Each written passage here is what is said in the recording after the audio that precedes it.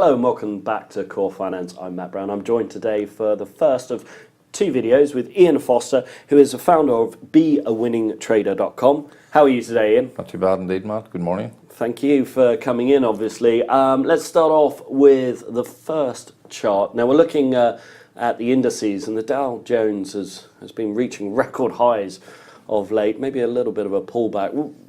What's your feeling on well, where it certainly we can go has. What I have done within this slide, in the next couple of slides, when we're looking at the different indices, you can see the Dow has been very, very bullish here, and it has, as we speak, it's a totally different outlook compared to the likes of the FTSE, even the broad spectrum of stocks in it, in relation to buy and sell ratios, etc., etc. And from a technical analysis point of view, you can also see the setups as per the two blue arrows. Now, I know this is a daily chart.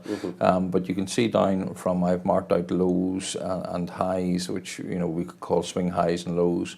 Again, it's qualifying them.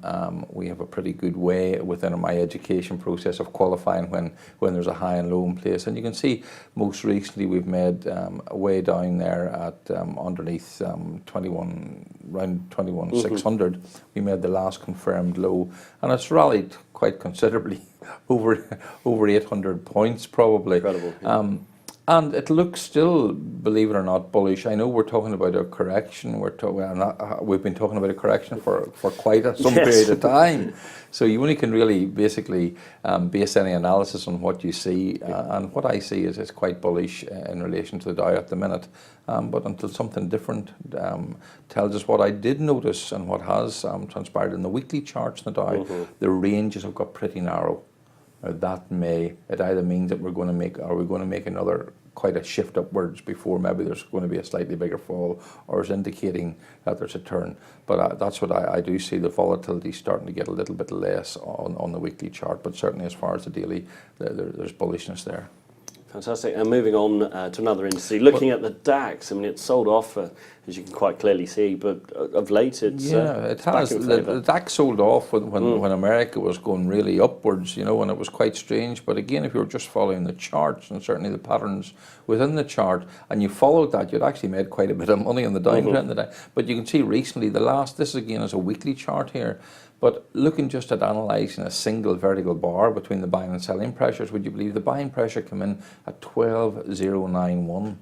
Now, I know as per this slide was taken yesterday evening, it was at 12,679, but I mean this morning it's actually up another, it's maybe around the 695,700 mark.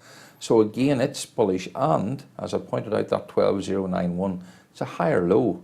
So I mean, I think there's a high probability of taking out that 12,953 at this minute in time, but that's the area to look for, because what defines an uptrend? Higher highs and higher lows. Exactly. So although we've got a higher low in place here, what we're looking for here, if we're going to make a higher high, if we can't make a higher high, then that could be a turning point. So again, it's very much like the American, like the Dow Jones, very bullish. And then we look at the FTSE and. Slightly different chart here. Certainly a different. Where do we go from here? Certainly a different chart, and this is why I wanted just to compare the first two charts with the FTSE, and the broad index of the FTSE. Amalgamating all the shares that we look at is quite weak in its own right, fundamentally reasonably weak. But technically, you can also see we've a very bearish bar there, and that there was with the down arrow, and. At this minute in time, the high of that bar is 7,435, and that is big resistance in the FTSE. So I mean, I know we're getting a conflict, which is not nice, because if you're trying to, do some analysis based on what the other indices are doing rather, and you see the likes of the FTSE doing something different. Now, I've often said the FTSE is a smart index, and people say to me, what do you mean by that? But I've often seen the FTSE perhaps leading the way. I know it perhaps shouldn't, leading the way. You nearly think, are there big institutions here know what's going on, or are they setting themselves up a little bit better?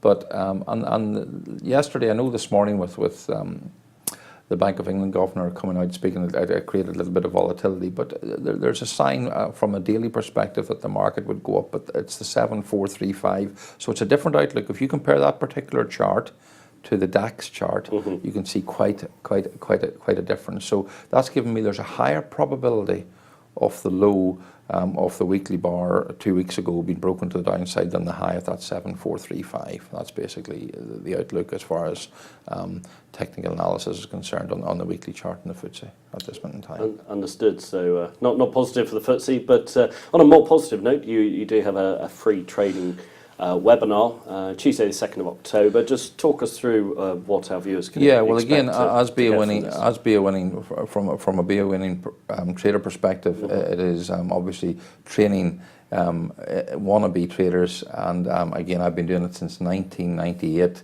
And latterly, we've been doing it over this last few years through more of a webinar online training process rather than a seminar process. So we do have regular free training webinars to demonstrate to traders that perhaps want to join us how we go about trading the markets and our methodology, etc. So again, as this slide says, we have got our next free training webinar is next Tuesday, the 2nd of October at 7 p.m.